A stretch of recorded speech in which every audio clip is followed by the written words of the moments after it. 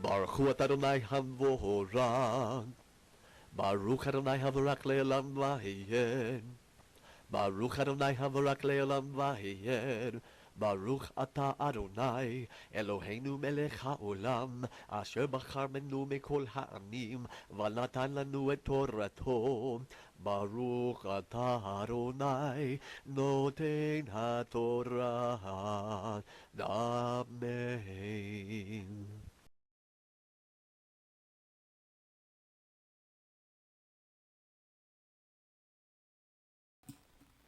Shalom, amigos y amigas. En este día tan especial que el Todopoderoso de Israel comparte con su pueblo, recordamos su palabra en el libro de Éxodo capítulo 20, versos 8 al 11, donde nos recuerda lo siguiente. Recuerda el Shabbat para santificarlo. 6 días trabajarás y harás toda tu obra, pero el séptimo día es un día de reposo para el Todopoderoso, tu Elohim. No hagas ningún trabajo, tú, ni tu hijo, ni tu hija, ni tu siervo, ni tu sierva, ni tu bestia, ni el extranjero que está dentro de tus puertas, porque en 6 días hizo el Todopoderoso el cielo y la tierra y el mar y todo lo que hay en ellos, y reposó en el séptimo día. Por eso bendijo el Todopoderoso el día de Shabbat y lo declaró sagrado. Amén. Palabra del Todopoderoso, libro de Éxodo, capítulo 20. En esta oportunidad vamos a intentar un breve resumen con comentarios de la porción comprendida de Génesis 37 a Génesis 40, verso 23. Tendremos referencias al libro de Amós y al libro de Hechos. Le invitamos ahora a que nos acompañe en esta corta oración. Eterno Padre, bendito el Todopoderoso de Israel, Rey del mundo, Creador del universo, que nos apartaste. Con tu precepto, con tu amor y bondad paternal nos concediste el Shabbat y su santidad. Este nos hace memoria de la obra de tu creación y también nos recuerda nuestra liberación de Egipto, porque al pueblo de Israel lo liberaste de Egipto. Nos revelaste tu sagrada Torah, nos concediste con amor el reposo del Shabbat. Alabado el Todopoderoso de Israel, el Shaddai, el Todopoderoso, que nos entregó el Shabbat y la Torah. Igualmente, Rey Eterno, te pedimos bendición para la ciudad de Jerusalén, sabiduría para los gobernantes de Israel y fuerza para los defensores de la tierra santa. Te pedimos bendición para ellos, ya que marcan el principio de nuestro reconocimiento y redención. Concede la fuerza a los defensores de nuestra tierra santa, sabiduría para sus gobernantes y corónalos con victoria. Extiende la paz para el pueblo de Israel disperso en las naciones, regresando a su raíz hebrea. Júbilo duradero para el pueblo de Israel. Amén. Muy bien, amigos, vamos entonces a dar inicio a este breve resumen con comentarios de esta porción denominada Vayeshev.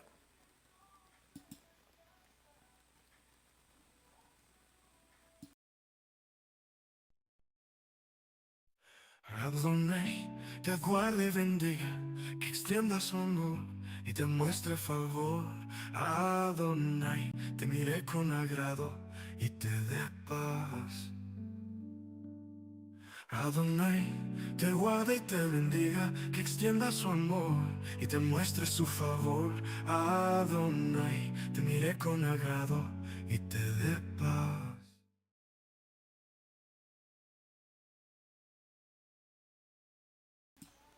Muy bien, comenzamos con este texto del capítulo 37, verso 1. En este resumen con comentarios, sugerimos a las personas que nos acompañan que tengan el texto de estudio a la mano y vayan siguiéndonos con la lectura y meditando y reflexionando acerca de los comentarios bajo el contexto hebreo, israelita y nazareno. Bien, nos dice este verso 1 lo siguiente: y Jacob habitó en la tierra donde había peregrinado su padre, en la tierra de Canaán. Y comentamos lo siguiente. No es lo mismo habitar que peregrinar. La actitud de un peregrino es que no tiene una morada fija. Siempre el peregrino está de camino de un lugar a otro lugar. Ahora Jacob tiene el deseo de asentarse y dejar de ser peregrino. Pero eso es un error. Cuando un justo quiere dejar de luchar y disfrutar de esta vida, está intentando sacar de antemano lo que recibirá en el mundo venidero. Pero el Todopoderoso no le permitió hacer esto y le sucedió el problema con Joseph. Es necesario tener lucha en esta vida para poder estar sano espiritualmente. Cuando no hay conflictos y todo va bien, hay una tendencia a querer aflojar y a dormirse espiritualmente. Los problemas y las luchas nos mantienen alerta y nos obligan a buscar al Todopoderoso en todo momento.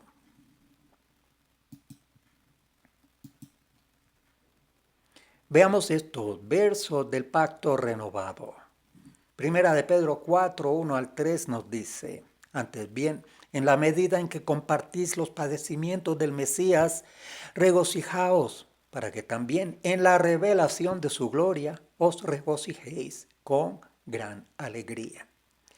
Y en Hebreos 11:35 vemos lo siguiente: otros fueron torturados, no aceptando su liberación, a fin de obtener una mejor resurrección.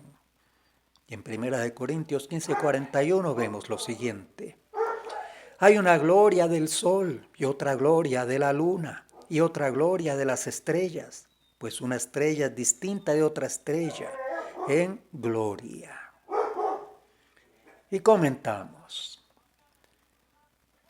el que quiere huir de los sufrimientos y los problemas nunca aprenderá obediencia. Es más, los mismos sufrimientos que pasamos en el Olam Hazé, este siglo, producen una gloria que permanecerá en el Olam Haba, el siglo venidero. En 2 Corintios 4, 1, 7 vemos lo siguiente: pues esta aflicción leve y pasajera nos produce un peso de gloria que sobrepasa toda comparación. En el capítulo 37, verso 2 vemos lo siguiente: esta es la historia de las generaciones de Jacob, Joseph. Comenzamos y continuamos entonces en nuestra porción. Vayeshev significa y él habitó. La historia de Jacob y la historia de Joseph y un paralelo con la historia de nuestro Mesías. Esta no es la historia solamente de Joseph, sino de Jacob. En el capítulo 38 encontramos el relato de la vida de Yehuda. Estos dos, Joseph, Yehuda, son los dos hijos más importantes de Israel. Alrededor de estos dos giran la historia de salvación del Todopoderoso. Joseph llegó a ser el padre de Efraín, que es el ancestro de la tribu principal de la casa de Israel. Las 10 tribus del norte que eventualmente se separarían de las 2 tribus del sur. Yehuda es el ancestro del pueblo judío y del Mesías. La primogenitura pasó a los hijos de Joseph. Primera de Crónicas 5, 1, 2 vemos lo siguiente: y los hijos de Rubén, el primogénito de Israel, porque él era el primogénito. Mas como profanó la cama de su padre, sus derechos de primogenitura fueron dados a los hijos de Joseph, hijo de Israel. Israel como el nombre espiritual de Jacob.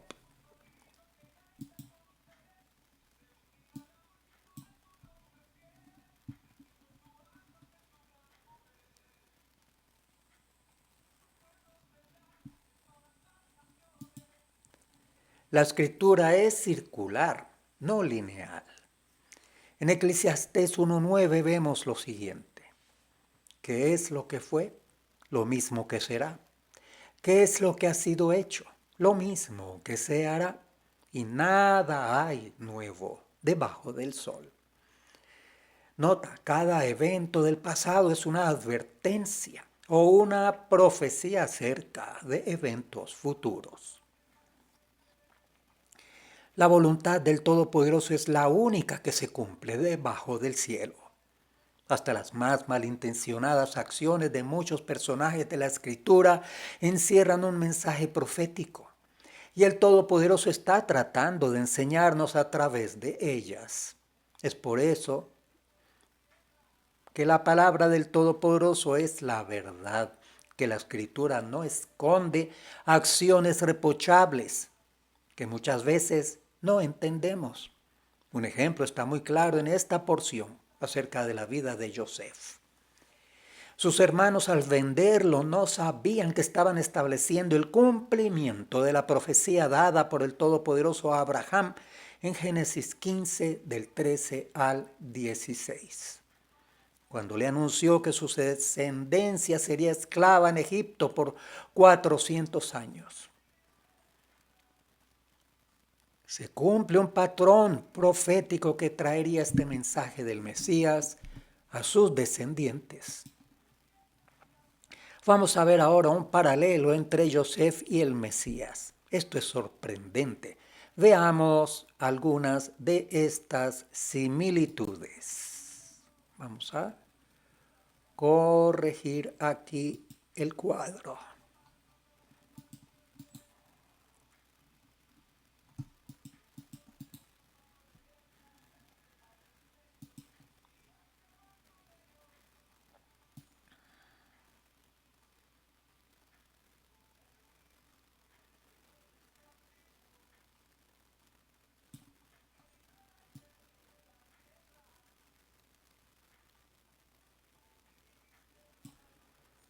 Bien, entonces vamos a ver este paralelo, estas similitudes entre Joseph, el personaje, y su vida y sus hechos, y el Mesías.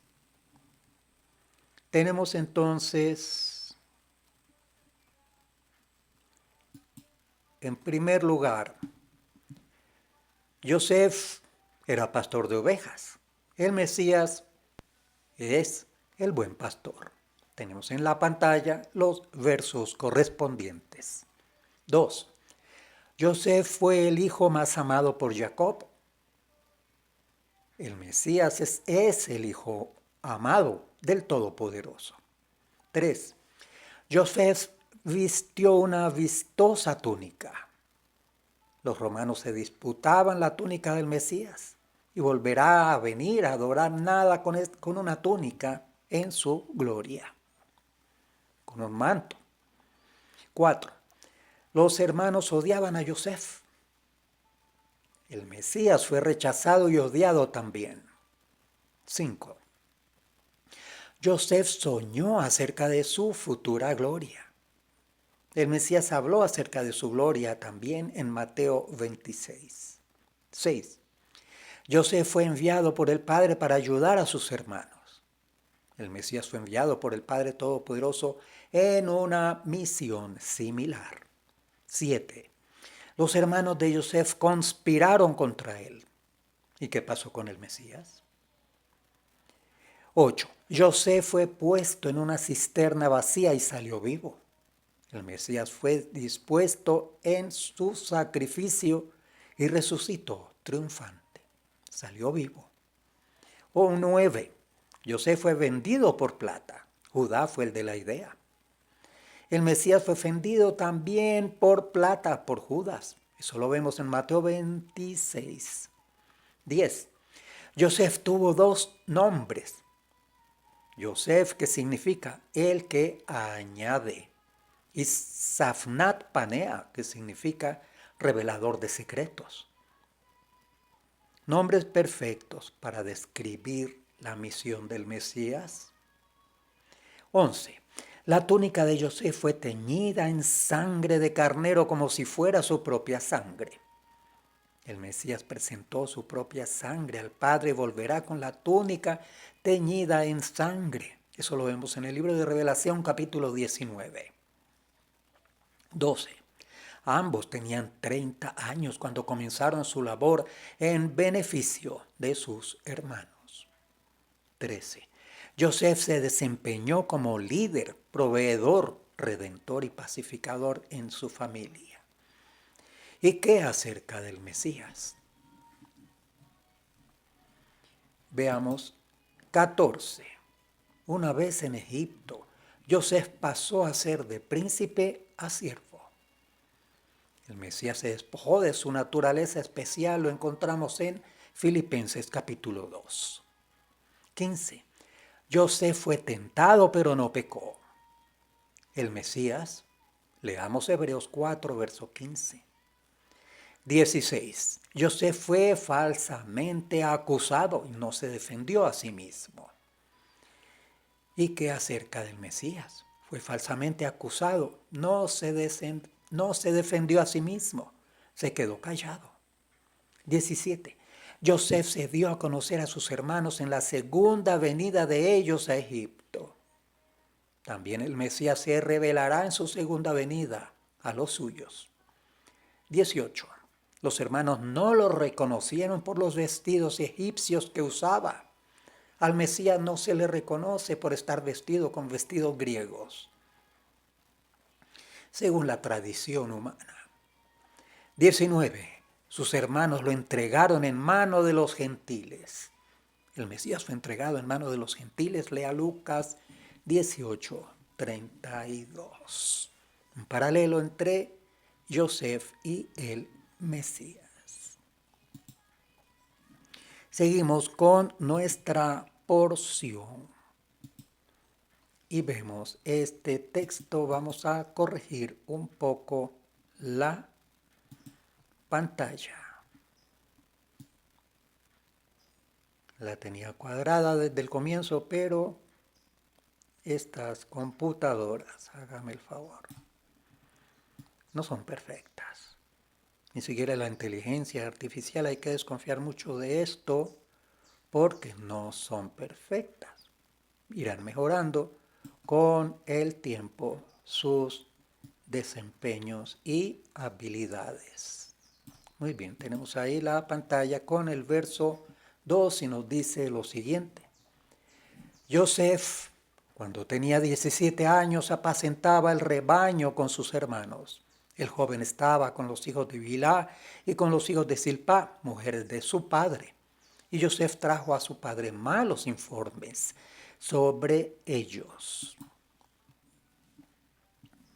Los 4 hijos de las concubinas no se portaban bien. Joseph habló mal de ellos ante su padre. En lugar de reprenderlos a ellos y aclarar posibles malos entendidos, habló con su padre. Esto se constituye en pecado de Lashon Hara, lengua de maldad. Esa mala lengua posiblemente fue lo que lo llevó a estar en la cárcel durante 10 años, según los estudiosos rabinos. En el verso 3 vemos lo siguiente. Amaba Israel a Joseph más que a todos sus hijos, porque era para él, hijo de su vejez, y le hizo una túnica de muchos colores. Hay varias razones por las que Israel amaba a Joseph. Era el hijo de su vejez, era el hijo de su esposa preferida, tenía mucho en común consigo mismo. Jacob sabía que por medio de una profecía, Joseph iba a ser una gran persona. Jacob y Joseph se parecían en muchos aspectos. Veamos. Ambos tenían una madre estéril. Nacieron por intervención divina. Ambos fueron odiados por sus hermanos. Ambos experimentaron cómo sus hermanos querían matarlos. Ambos se hicieron ricos. Ambos se casaron fuera de la tierra prometida. Ambos fueron acompañados por ángeles. Los suegros de ambos fueron bendecidos por causa de ellos. Ambos viajaron a Egipto. Ambos pidieron que sus huesos fueran trasladados a la tierra prometida. Ambos murieron en Egipto.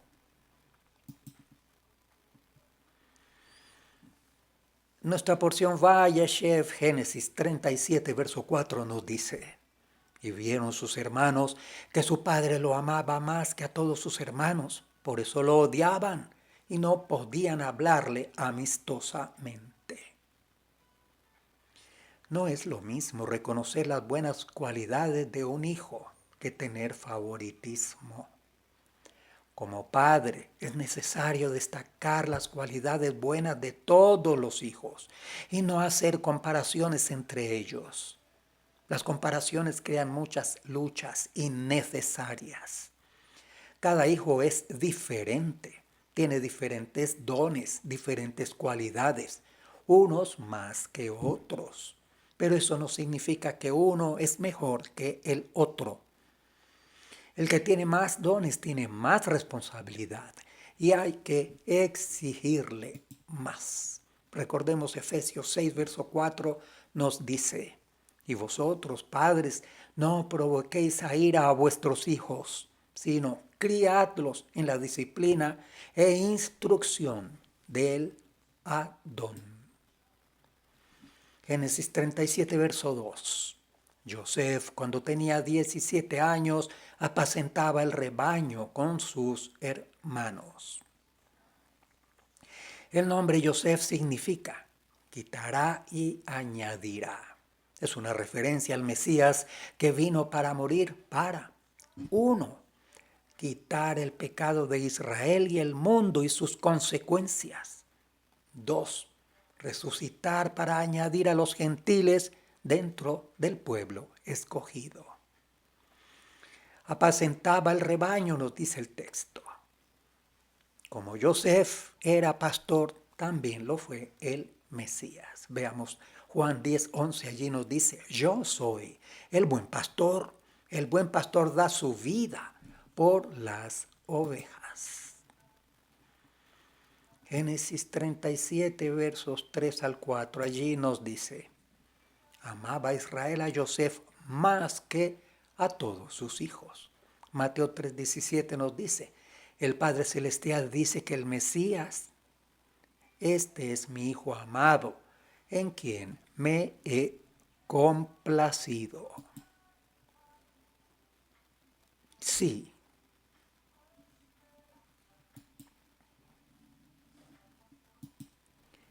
Verso 7 nos dice: he aquí estábamos atando gavillas en medio del campo, y aquí que mi gavilla se levantó y se puso derecha, y entonces vuestras gavillas se ponían alrededor y se inclinaban hacia mi gavilla. Comentamos. En primer lugar, las gavillas hablan de una cosecha que tiene mucho que ver con la vida de Joseph y la vida del Mesías. La cosecha es un producto de la nueva vida como consecuencia de la muerte de los granos. En segundo lugar, allí nos dice: mi gavilla se levantó. Esto alude al levantamiento de Joseph. Esto alude al levantamiento del Mesías de entre los muertos. 3. Vuestras gavillas se ponían alrededor y se inclinaron.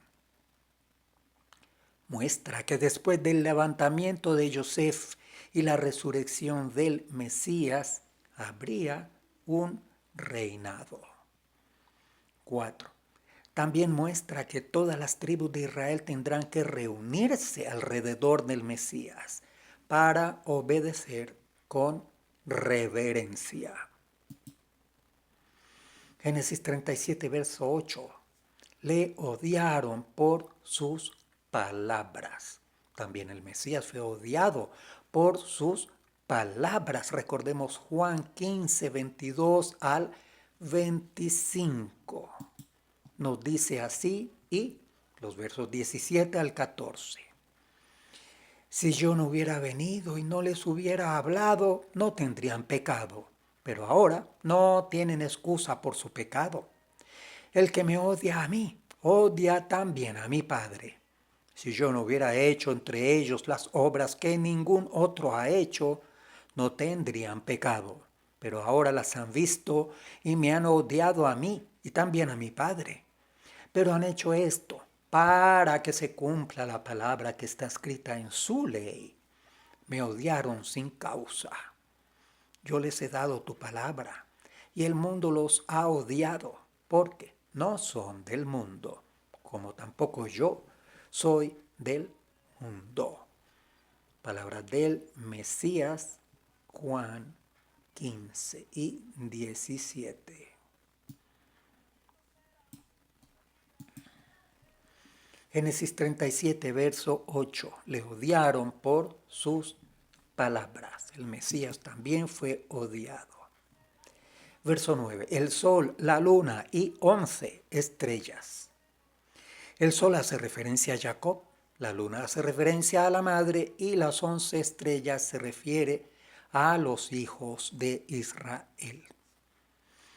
Este sueño no se ha cumplido en Yosef. En primer lugar, no vivía su madre Rachel. Bilhá se había ocupado de él y su hermano Benjamín desde la muerte de Rachel. El padre dice que es imposible que él y su madre se inclinen ante él. Esto tiene dos sentidos. Por un lado, Rachel ya estaba muerta y no podía inclinarse ante Yosef. Por otro lado, era absurdo que un padre se inclinara ante su hijo. Eso no pasó en Egipto.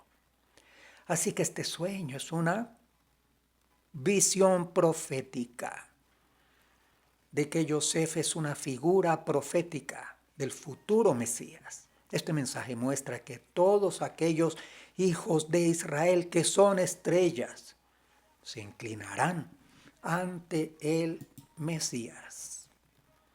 Recordemos 1 Corintios 15, 41 al 42. Allí nos dice: hay una gloria del sol y otra gloria de la luna y otra gloria de las estrellas. Pues una estrella es distinta de otra estrella en gloria.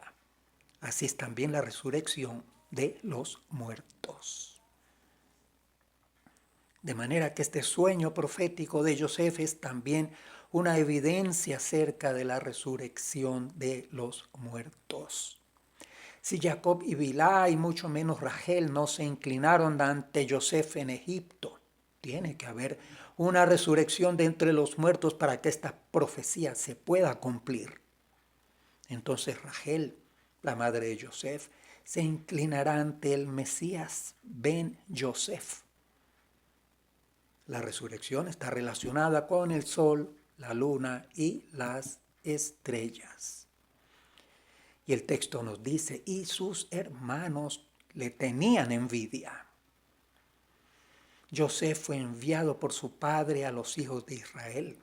Él estaba dispuesto a obedecer a su padre, aunque implicaba el rechazo y el sufrimiento causado por ellos. Lo mismo pasó con el Mesías. Veamos Mateo 27, 18. Porque Pilato sabía que le habían entregado por envidia. Lucas 20, 13 al 15 nos dice: entonces el dueño de la viña dijo, ¿qué haré? Enviaré a mi hijo amado, quizás a él lo respetarán. Pero cuando los labradores lo vieron, razonaron entre sí diciendo, este es el heredero, matémoslo para que la heredad sea nuestra. Y arrojándolo fuera de la viña, lo mataron.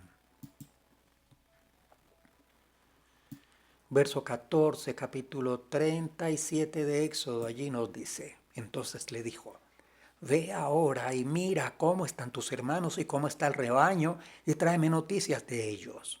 Lo envió pues desde el valle de Hebrón y José fue a Shechem. La palabra hebrea que ha sido traducida como están es shalom, significa paz, bienestar, prosperidad, salud. Efesios 2:17 nos dice, y vino y anunció paz a vosotros que estabais lejos y paz a los que estaban cerca. El Mesías busca el shalom de Israel, su paz, su bienestar, su propiedad y su salud. El Mesías es el mensajero de shalom para Israel.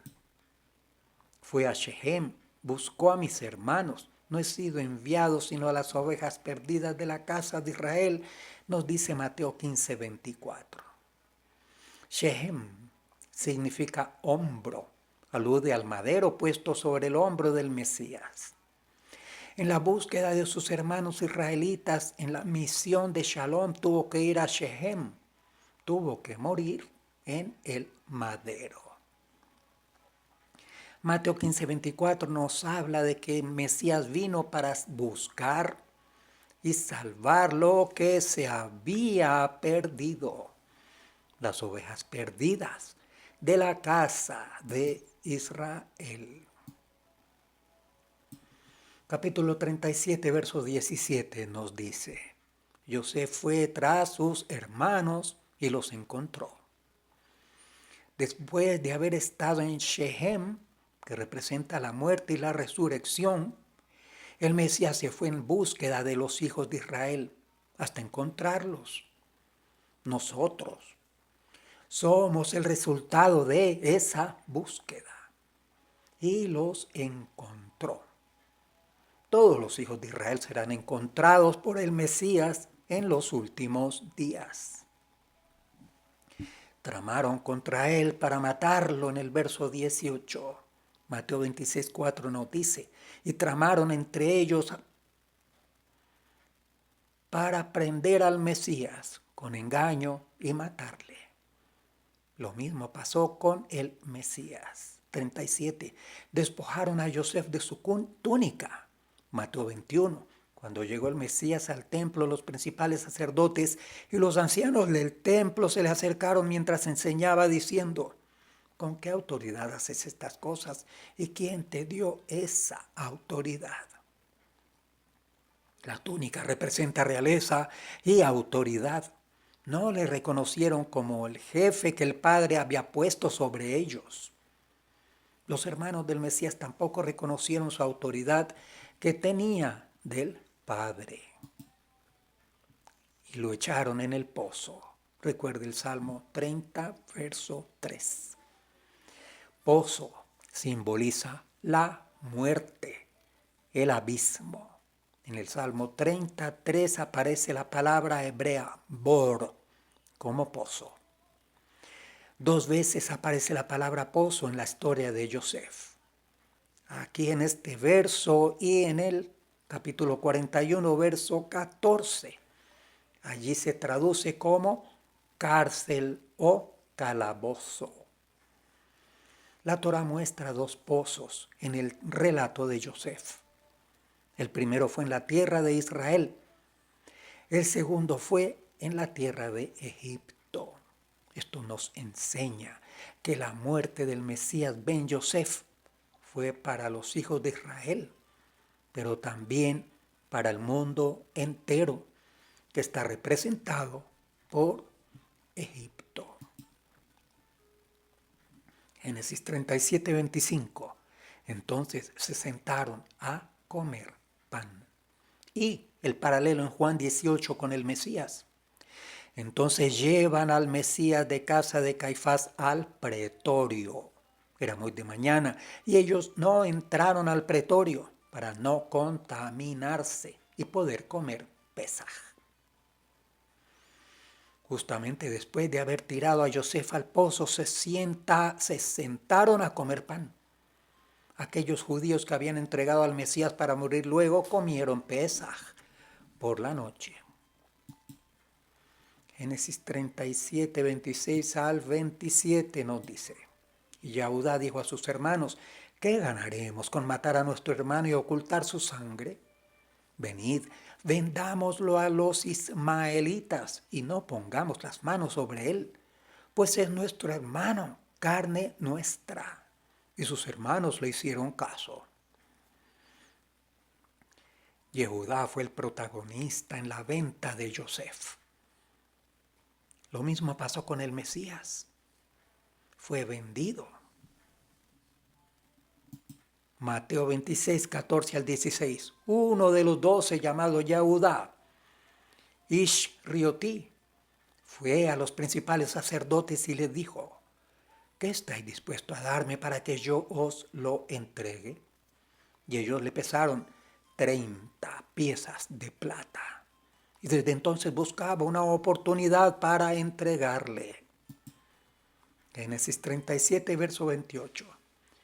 Pasaron entonces unos mercaderes midianitas y ellos sacaron a Yosef subiéndolo del pozo y vendieron a Yosef a los ismaelitas por 20 piezas de plata. Y estos llevaron a Yosef a Mizraim. Mateo 27, 35. Sacaron a Yosef. Habla de la resurrección. Vendieron. Yosef en este relato fue vendido por lo menos 3 veces antes de llegar a Egipto. Los midianitas, los ismaelitas y por último los medanitas.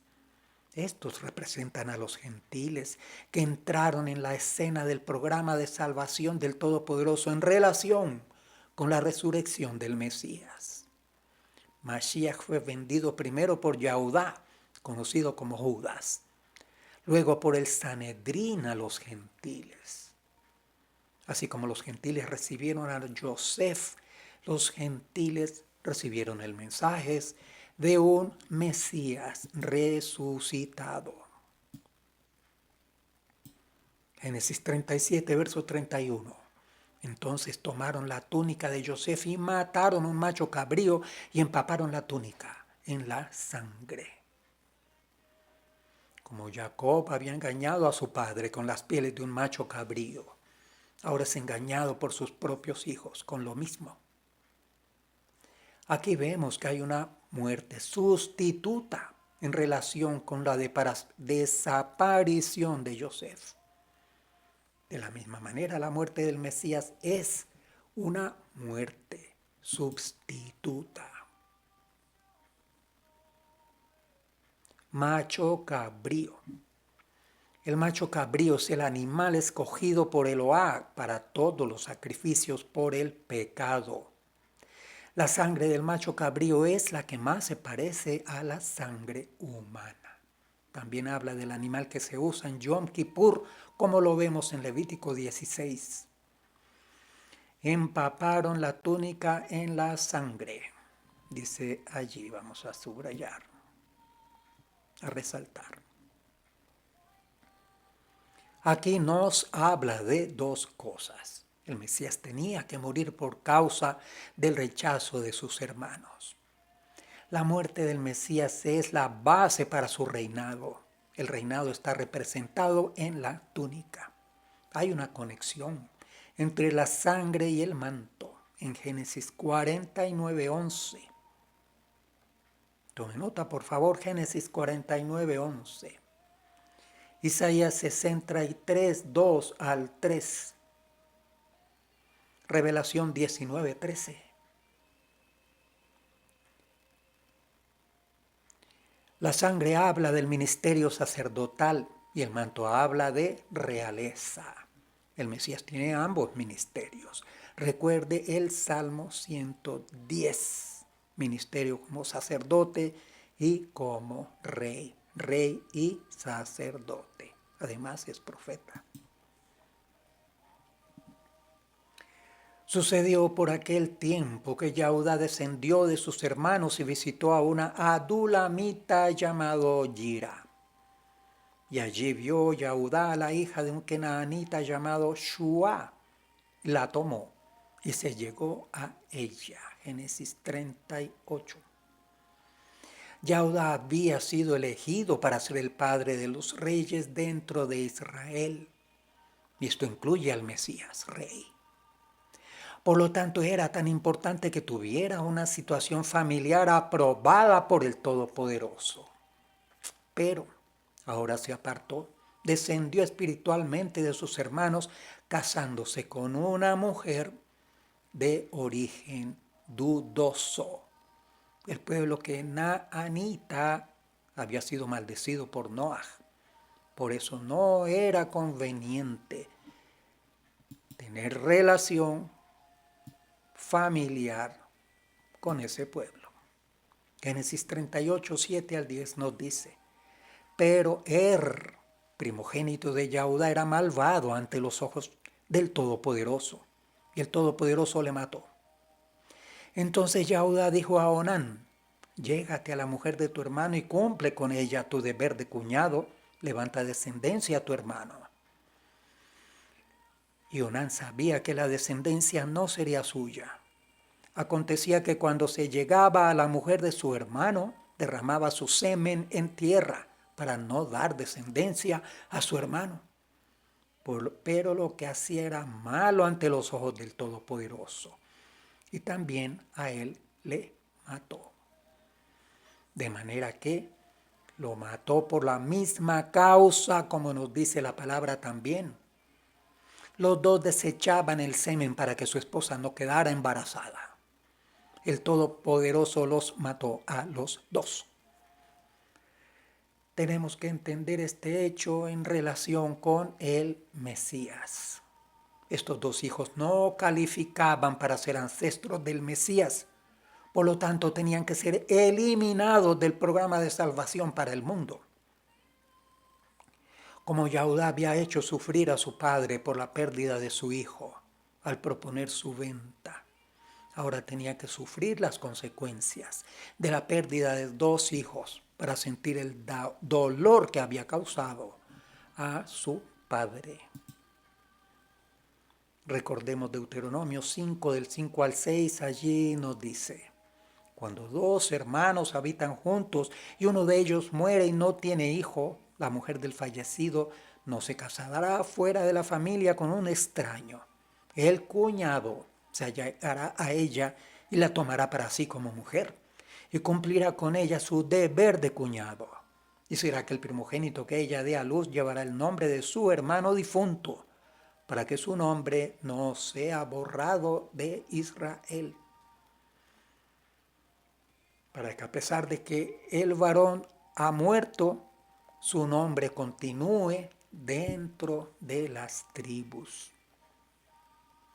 Y observemos que esta ley de levirato, como se le llama, fue practicada antes de la entrega de la Torá.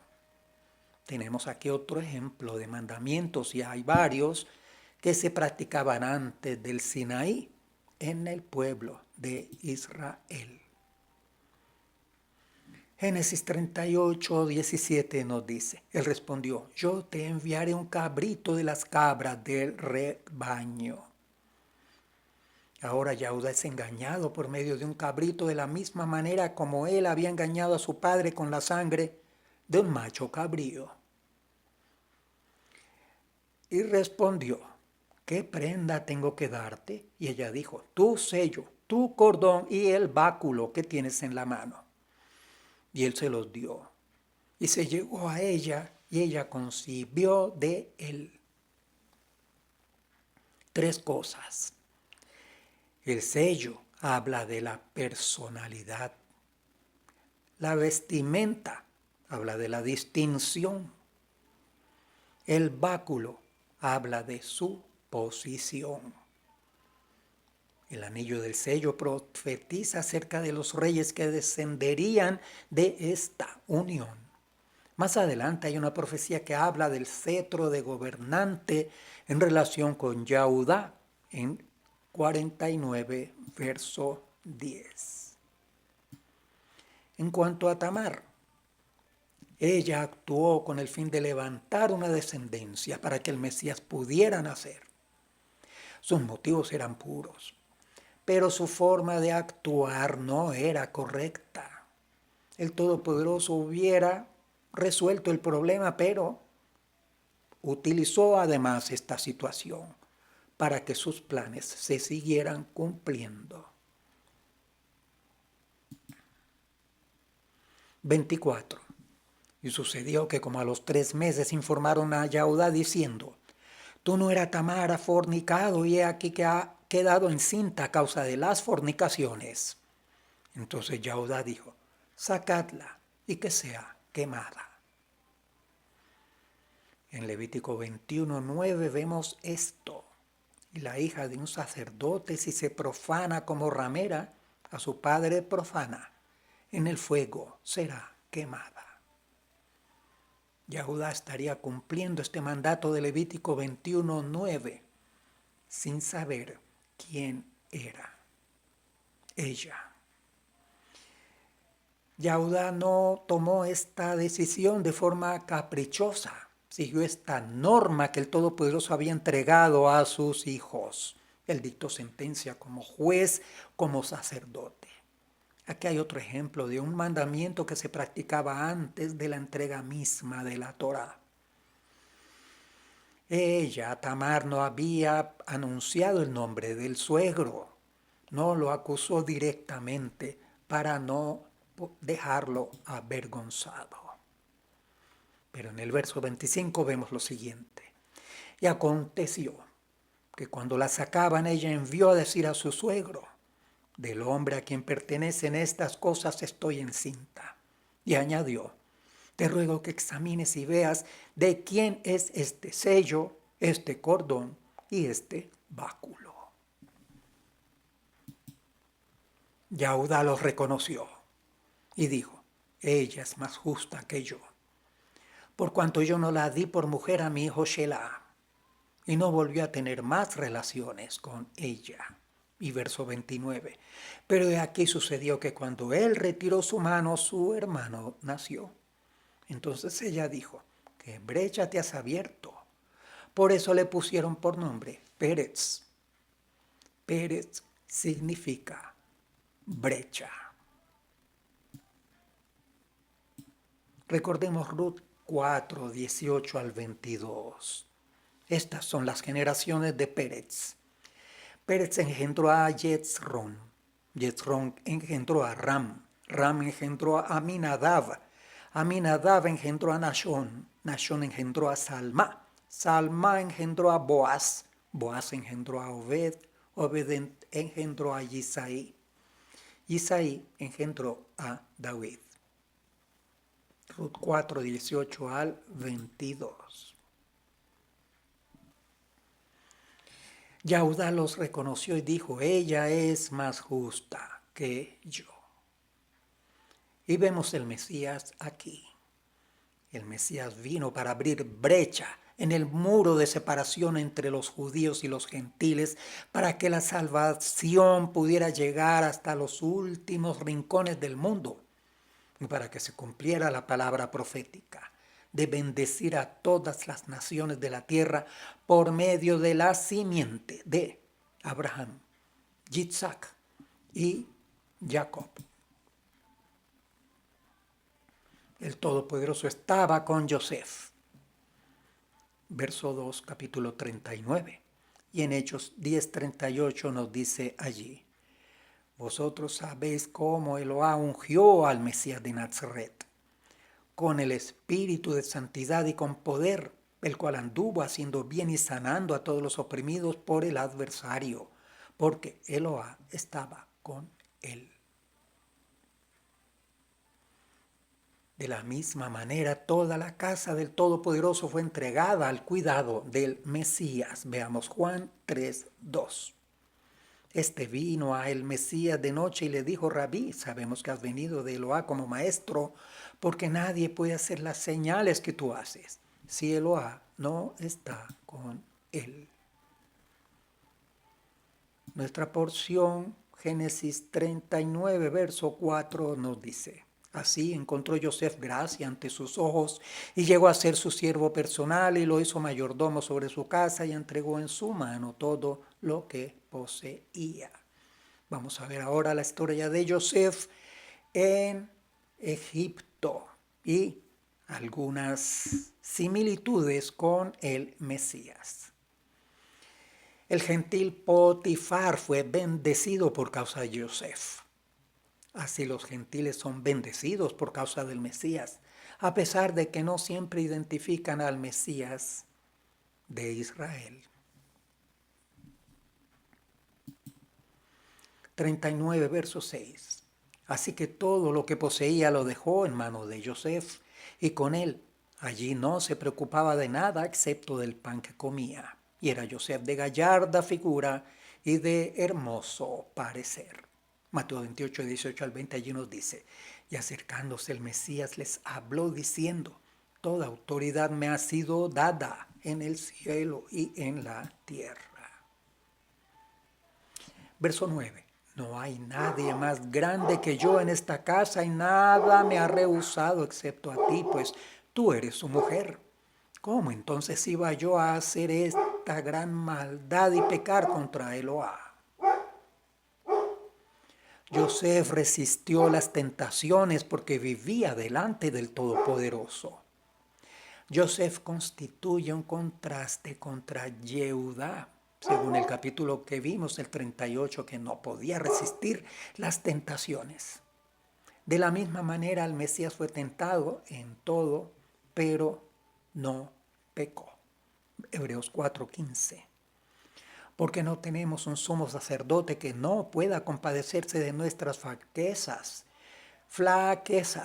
sino uno que ha sido tentado en todo como nosotros, pero sin pecado. Verso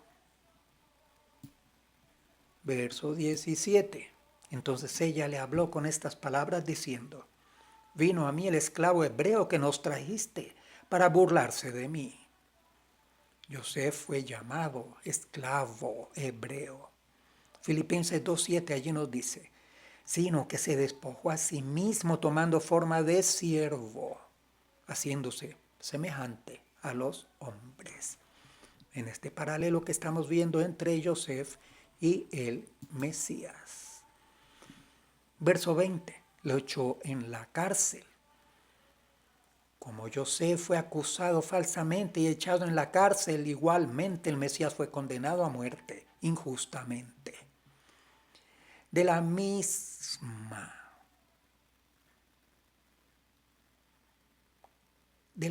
forma, el Todopoderoso le prosperó. Como lo vemos allí en el verso 23, todo lo que él emprendía, el Todopoderoso lo hacía prosperar. Y el paralelo con el Mesías en la forma profética de Isaías 53:10 nos dice, pero quiso el Todopoderoso quebrantarle sometiéndole a padecimiento.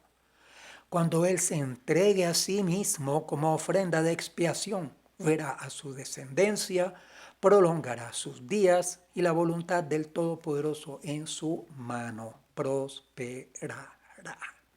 Isaías 53 hace un paralelo igualmente entre Israel como pueblo y el Mesías. Recordemos esta triple identidad entre el Mesías, el pueblo de Israel y la Torah, una triple identidad.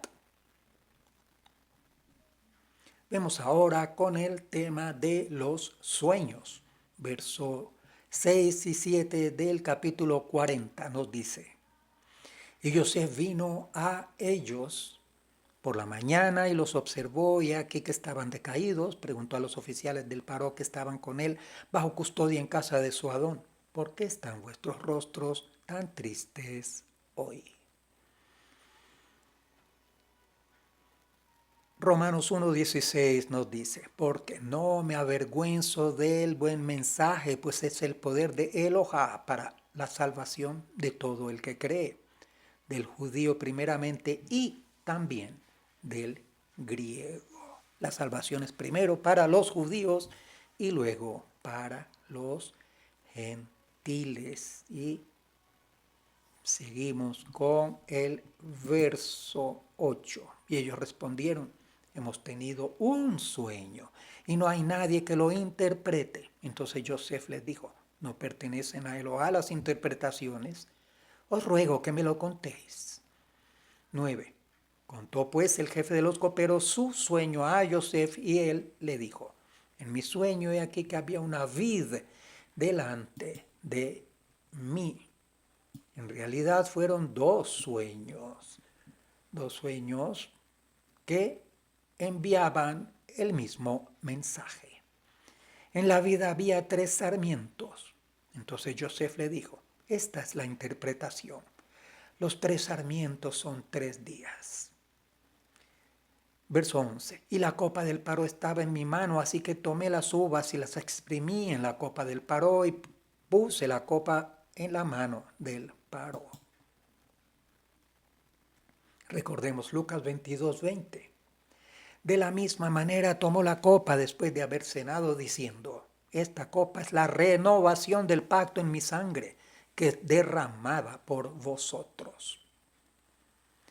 3 veces es mencionada la copa en este versículo y en el versículo 13 la cuarta copa. La sangre de uvas representa la muerte del Mesías, recuerde Génesis 49:11. Mashiach tenía que beber la segunda copa del juicio, según Mateo 26:39 y Juan 18:11. La tercera copa, que en la mesa de Pesaj se toma después de la cena del cordero asado, es la que fue puesta en memoria del Mesías. Génesis 40, 10 y 12 en la porción Vayeshev y él habló. Y en la vida había 3 sarmientos. Son 3 días. Y estos 3 días nos hablan de la resurrección del Mesías después de 3 días. 13. Dentro de 3 días el faraón levantará tu cabeza, te restaurará tu puesto y tú pondrás la copa del faraón en su mano como acostumbrabas antes, cuando eras su copero. El Mesías fue levantado de entre los muertos después de 3 días y puesto en el lugar que tenía antes de la fundación del mundo. Lo vemos allí. En el Lucas 23, 42 al 43. Con paralelo en Génesis 40, 14 nos dice, solo te pido que te acuerdes de mí cuando te vaya bien y te ruego que me hagas el favor de hacer mención de mí al faraón y me saques de esta casa. Lucas 23 nos dice, y decía al Mesías, acuérdate de mí cuando vengas en tu reino. Entonces él le dijo, en verdad hoy te digo, estarás conmigo en el paraíso. Por haber confiado en un hombre, Joseph tuvo que pasar 2 años más en la cárcel. Por otro lado, vemos aquí la similitud con relación a la muerte del Mesías. Verso 16, capítulo 40 nos dice, cuando el jefe de los panaderos vio que había interpretado favorablemente, dijo a Joseph, yo también vi en mi sueño, y aquí había 3 cestas de pan blanco sobre mi cabeza. Juan 6:33, yo soy el pan de vida. El pan simboliza al Mesías. El Mesías nació en Betlehem. Betlehem significa casa del pan. Belén, como lo tradujeron en las denominaciones, no significa nada. Por eso tenemos que meditar, escudriñar bajo el contexto hebreo, israelita y nazareno. Verso 18. Entonces Joseph respondió, esta es su interpretación. Las 3 cestas son 3 días. Dentro de 3 días el faraón te quitará la cabeza de sobre ti, te colgará en un árbol y las aves comerán tu carne. Se cumplió esta profecía que Joseph había entendido a través de estos 2 sueños. De la misma manera se cumplió la profecía en el Mesías. Aquí vemos el anuncio de cómo el Mesías tenía que morir, colgado de un árbol.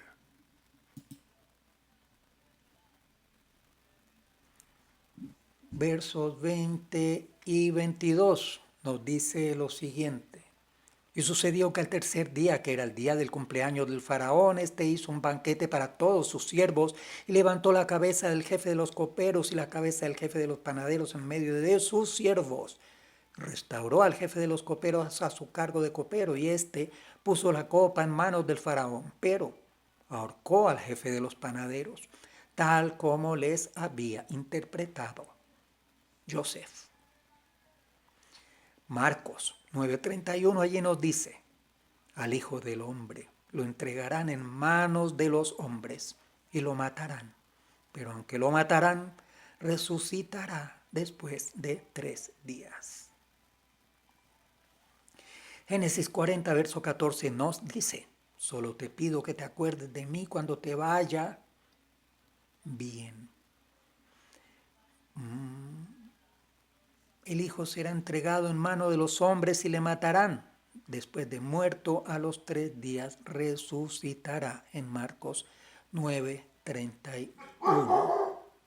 Así que se cumplió la profecía de Joseph y se cumplió la profecía acerca del Mesías. Juan 5:46. Porque si creyerais a Moshe, me creeríais a mí, porque de mí escribió él. El panadero murió. Esto nos habla de la muerte del Mesías. El copero revivió. Esto nos habla de la resurrección del Mesías. Estos 2 sueños, que son contados como uno solo, fueron interpretados por Joseph, que él mismo es una figura profética del Mesías ben Yosef, el Mesías sufriente.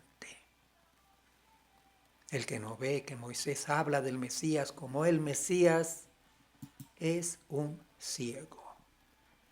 Y concluimos este breve resumen con comentarios de la porción Va y Eshev y el hábito con este verso. Juan 1:45. Hemos hallado a aquel de quien escribió Moshe en la ley y también los profetas, al Mesías de Nazaret, el hijo de Joseph. Concluimos de esta manera este breve resumen con comentarios de esta porción.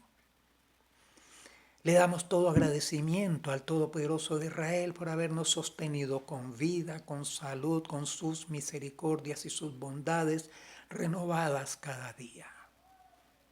Le damos todo agradecimiento al Todopoderoso de Israel por haber escogido al pueblo de Israel de entre todas las naciones y haberle entregado la Torá, los escritos de los profetas, los escritos nazarenos, conformando el concepto de vida eterna. Para el Todopoderoso de Israel, toda alabanza y adoración por los méritos del Mesías. Shalom.